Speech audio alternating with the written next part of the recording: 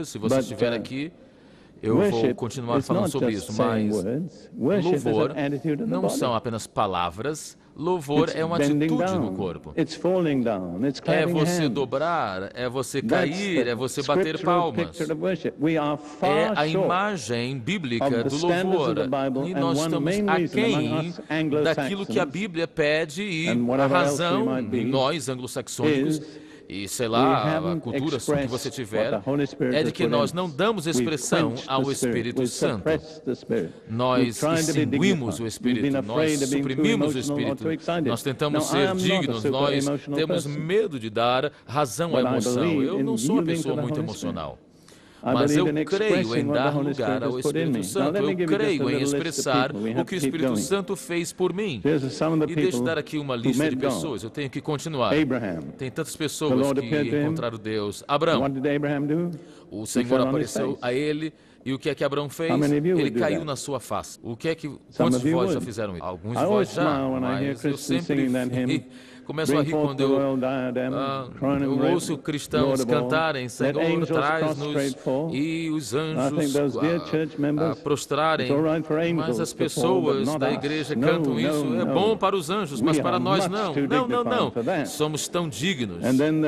E então Israel, quando o Senhor aceitou o sacrifício daquele fogo sobrenatural, diz que todos caíram nos seus rostos e bradaram. Mas não nós. Mas nós temos, a Bíblia diz que dar brados de alegria. E eu quero dizer, não é cantar forte. E talvez nós não façamos isso hoje, talvez domingo à noite, mas dar um brado é dar brado. Alguns de vocês vão ao jogo de futebol. Não precisa levantar a mão, talvez você fique envergonhado, mas você vai. E quando o teu time faz o gol, o que é que você faz? Você fica de pé e você brada. Porque você está animado. Você fica animado com futebol, mas por que não fica animado com Jesus e o Espírito Santo? E então Josué encontrou-se com o comandante do exército do Senhor do lado de fora de Jericó, e ele estava no seu rosto. Na realidade, eu vou dizer, a maior parte dos grandes homens de Deus estiveram com o rosto em terra. E Deus disse a ele, o Senhor disse, tira os sapatos dos seus pés, porque você está em lugar santo. Você já esteve no lugar onde tirou os sapatos? Nós estamos. Deus se moveu no lugar, numa conferência em Jerusalém, 2 anos atrás, e sem ninguém falar nada, as pessoas começaram a tirar o sapato, porque eles sabiam de que era um lugar santo. Os sacerdotes, quando o fogo de Deus, a presença, a glória de Deus estava no templo, eles caíram nos seus rostos. Eles não estavam de pé. Eu gostaria de ler Jeremias, porque depois de tudo ele é um profeta de respeito, escreveu muito na Bíblia, muito mais do que qualquer outro profeta. Jeremias 23, 9 diz: meu coração está quebrantado dentro de mim por causa dos falsos profetas. Todos os meus ossos estremecem. Sou como um homem embriagado e como um homem vencido pelo vinho por causa do Senhor e por causa das palavras da sua santidade. Isso era a reação de Jeremias com a santidade do Senhor. Ele disse, os meus ossos tremem. Você não pode ter os ossos tremendo sem o teu corpo tremer. Ele disse, eu sou como um embriagado por causa da santidade do Senhor. Você já sentiu a santidade do Senhor dessa maneira que impactou o teu corpo físico? Nós estamos vivendo em rações bem baixas. Os apóstolos, no dia de Pentecoste, o Espírito Santo veio, eles não ficaram dignificados. O oposto. Eles se comportaram de maneira diferente, não muito dignas. Começaram a falar em línguas que ninguém compreendia. E os incrédulos disseram, estão bêbados. E já disseram acerca de você isto quando você saiu da igreja. João o apóstolo encontrou Jesus numa visão e ele caiu aos seus pés como morto. Havia poder que estava ali nele. E eu não vou falar sobre outros porque quero ir à parte vital disto e o meu tempo já acabou. Mas 7 requisitos para receber e eu vou dar rapidamente. Número 1, arrependa-se. Atos 2:38 diz, arrependa-se e seja batizado. Número 2, seja batizado e será batizado no Espírito Santo. Número 3, tenha sede. Jesus disse, alguém tem sede, venha a mim e beba. Número 4, você tem de vir a Jesus, só há um batizador no Espírito Santo. Se você quer o batismo, tem de ir ao batizador. Número 5, você tem de pedir. Jesus disse, se alguém, sendo mau, você dá boas dádivas aos filhos que pedem, muito mais ao Pai que pedir o Espírito Santo. Muitos dos crentes dizem, se Deus me der, ó bem, mas Jesus diz, você precisa, mas você não recebeu porque não pediu. E depois você tem de receber. Receber é comparar com beber. Finalmente, e é muito difícil para algumas pessoas, você tem que dar lugar, dar controle, a língua. O controle da língua tem de estar no Espírito Santo. É a evidência de Deus de que Ele tomou conta. Você sabe, a Bíblia diz de que a língua é chamada minha glória. Isso não sai em todas as traduções, mas em Salmos 16 o salmista diz, eu vou glorificar a Ele com a minha glória. E Pedro diz em Atos 2:26, eu vou louvar a Deus com a minha língua. A tua língua é a tua glória, sabia disso? Sabe por quê? Porque você sabe por que você foi dado uma língua para dar glória a Deus. E todo uso da língua que não glorifica a Deus não está sendo bem usada, mas quando o Espírito Santo vem e toma controle da tua língua, tudo que você diz glorifica a Deus. É a primeira coisa, é o primeiro momento de que você usa a tua língua no propósito pelo qual Deus te deu. Certo, vamos agora ao final da minha explicação, mas algumas coisas, alguns de vocês que têm sede, eu espero que sim. Se não há, seria pena. Mas eu quero dizer isso rapidamente e simplesmente, como você pode receber essa experiência hoje à noite. Eu quero ler as palavras de Jesus em João 7. Ele disse, se alguém tem sede de mim, venha a mim e beba. Aquele que tem crença em mim, do seu coração, dos seus ventres, diz aí, vai fluir um rio de água viva. E isso fala do Espírito Santo, que havia de receber os que nele crescem, porque o Espírito Santo ainda não fora dado, porque ainda Jesus não teria sido ainda glorificado. Mas quando ele esteve ao lado do Pai, ele enviou o Espírito Santo. São as condições simples. Há algumas outras condições, mas que talvez você não tenha, talvez você não foi batizado em águas, talvez você não pediu. O que aconteceu comigo? Eu não era batizado, eu não tinha pedido, mas eu fui batizado. Eu senti algo no meu ventre e eu perguntei a Deus, Senhor, o que é isso? Será de que a minha mente falando? E eu perguntei, Senhor, será de que isso é o batismo no Espírito Santo? E eu falei com Deus, Senhor, se tu queres que eu fale línguas estranhas, eu estou pronto. E isso começou a mover para o meu peito, depois para a minha garganta, e minha língua começou a mover, eu não tive controle, e quando eu vi, eu estava falando uma língua que nem chinês. Eu não tinha pedido e eu não era batizado em águas. Mas algumas condições básicas. Se você tem sede, Jesus disse, então venha a mim e beba. E do teu ventre vai fluir um rio. Uma transformação maravilhosa. Você vem como uma pessoa sedenta e agora você é um canal de água. O que é isso? É o batismo no Espírito Santo. O que é que você tem de fazer? É simples. Você tem de vir a Jesus. Há apenas um batizador, aquele que batiza no Espírito Santo. Você tem de beber. Não é o lugar onde os religiosos têm um problema. É muito simples. Ninguém nunca bebe com a boca fechada. E ninguém recebe o batismo no Espírito Santo com a sua boca fechada. Você bebe abrindo a sua boca e recebendo água. Você não pode receber água e é o poder sobrenatural de Deus. E eu não creio que eu vi alguém fazendo isso e não receber. Não posso ver isso. Eu já vi 3.000 pessoas num momento só receber, mas tem de beber. E depois de beber, começaram a transbordar. Aquilo que o coração está cheio, transborda para fora. E é assim que você tem de ter fé, porque o Espírito Santo não vai fazer o falar, não vai falar. Você tem de falar, enquanto o Espírito Santo te dar. É um passo de fé. E sem fé é impossível.